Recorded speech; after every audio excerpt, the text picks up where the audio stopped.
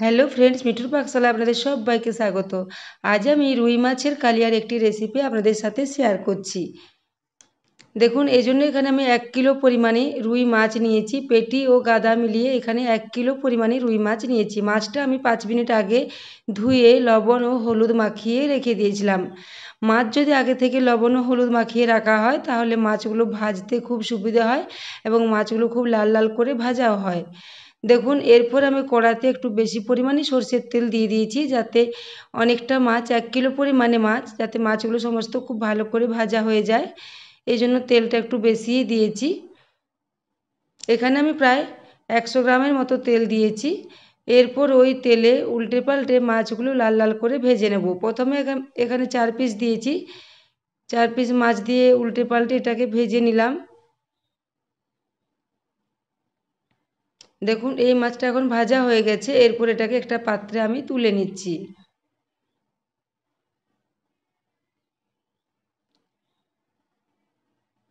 এইভাবে মাছগুলো তুলে নিলাম। ওই একইভাবে বাকি মাছগুলো আমি এইভাবে উল্টে পাল্টে মিডিয়াম টু হাই ফ্লেমে ভালো করে ভেজে নেব।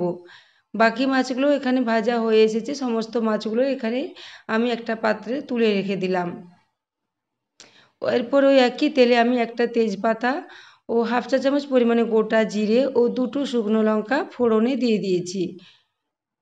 ফোড়নটা একটু ভালো মতো ভাজা হয়ে গেলে এর মধ্যে আমি একটা বড় সাইজের পেঁয়াজ লম্বা করে কেটে নিয়েছি, সেই পেঁয়াজটা এখানে তেলের মধ্যে দিয়ে দিলাম। এরপর আমি পেঁয়াজটা লো টু মিডিয়াম ফ্লেমে খুব ভালো করে লাল লাল করে ভেজে নেব।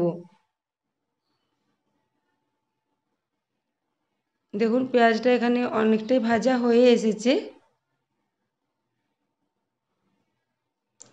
পেঁয়াজটা ভাজা হয়ে গেলে এখানে আমি 1 টেবিল চামচ পরিমাণে আদা ও রসুন বাটা দিয়ে দিলাম। আদা ও রসুন বাটাটার থেকে যতক্ষণ না কাঁচা গন্ধ যাচ্ছে এটাকে একটু ভেজে নিতে হবে।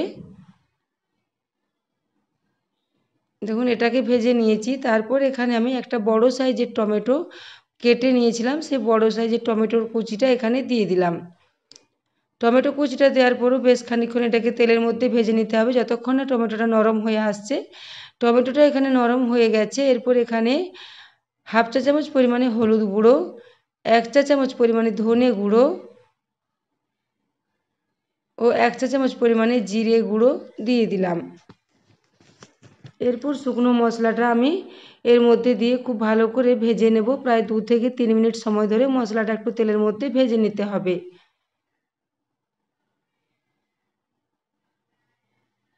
দেখুন, মশলাটা এখানে খুব ভালো মতো ভাজা হয়ে এসেছে এবং টমেটোটাও খুব ভালোভাবে নরম হয়ে গেছে। এই রান্নায় আমি কোনো লঙ্কা গুঁড়োর ব্যবহার করিনি। এরপর আমি এখানে স্বাদ মতো লবণ ও স্বাদ মতো একটু চিনি দিয়ে দেব। লবণ ও চিনিটা দিয়ে একটু ভালো করে নেড়ে চেড়ে এটার সাথে মিশিয়ে নেব।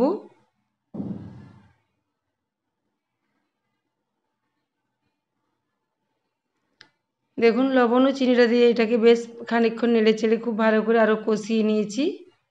এরপর আমি এখানে 1.5 টেবিল চামচ পরিমাণে টক দই আগে থেকে ফেটিয়ে রেখেছিলাম, সেই দইটা এখানে দিয়ে দিলাম। এরপর একদম লো ফ্লেমে দইটাকে প্রায় 3 থেকে 4 মিনিট ধরে ভালো করে কষিয়ে নিতে হবে এবং ওই বাটিটা ধুয়ে একটু জল দিয়ে দিয়েছিলাম। তারপর আবারও 2 থেকে 3 মিনিট এটাকে ভালো করে কষিয়ে নিতে হবে। দইটা খুব ভালো মতো কষানো হয়ে গেলে এর মধ্যে আমি গরম জল দিয়ে দেব।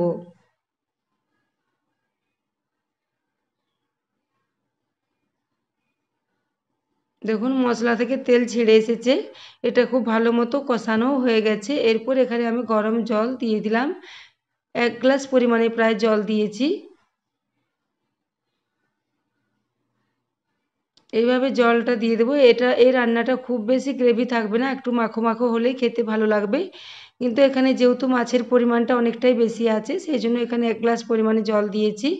এরপর সমস্ত মাছগুলো দিয়ে মিডিয়াম টু হাই ফ্লেমে এটাকে আমি প্রায় 4 থেকে 5 মিনিট খুব ভালো করে ফুটিয়ে নেব। দেখুন, সমস্ত মাছগুলো এখানে দিয়ে দিয়েছি। তারপর ঝোলের মধ্যে খুব ভালো করে একটু উল্টে পাল্টে মাছগুলো মিশিয়ে নিলাম। এরপর এটাকে প্রায় 4 থেকে 5 মিনিট খুব ভালো করে ফুটিয়ে নিয়েছি। এরপর এখানে 4টে চেরা কাঁচা লঙ্কা দিয়ে দিলাম। পাকা ও কাঁচা লঙ্কাগুলো এখানে দিয়ে দিলাম। এখানে আমি লঙ্কা গুঁড়োর ব্যবহার করিনি, এই কাঁচা লঙ্কার জন্যই মাছটা একটু ঝাল ঝাল হয়ে যাবে। দেখুন কাঁচা লঙ্কাটা দেওয়ার পর এটাকে 2 মিনিট মতো আবারও ফুটিয়ে নিলাম।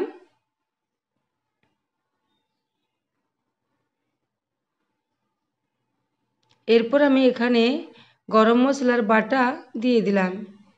এখানে আমি গোটা গরম মশলাকে শিলনোড়াতে বেটে নিয়েছিলাম। তারপর সেই গরম মশলার বাটাটা এই রান্নার মধ্যে দিয়ে দিলাম। এখানে এই গরম মশলা ও টমেটো দেওয়ার জন্যই মাছ রান্নাটা কিন্তু লাল লাল রং এমনিতেই চলে আসবে, এই জন্য আমি লঙ্কা গুঁড়োর ব্যবহার করিনি। এরপর এটা আমি সার্ভ করে দিলাম। তো বন্ধুরা, আমার এই আজকের রেসিপি যদি আপনাদের ভালো লাগে তাহলে চ্যানেলটি অবশ্যই সাবস্ক্রাইব করে আমার পাশে থাকবেন, এবং রেসিপি যদি পছন্দ হয় তাহলে অবশ্যই একটা লাইক করে দেবেন, এবং পারলে বন্ধুদের সাথে একটু শেয়ার করে দেবেন।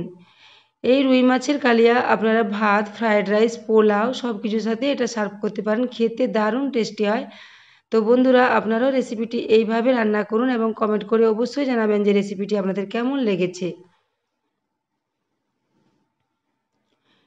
এতক্ষণ পর্যন্ত রেসিপিটি দেখার জন্য আপনাদের অশেষ ধন্যবাদ।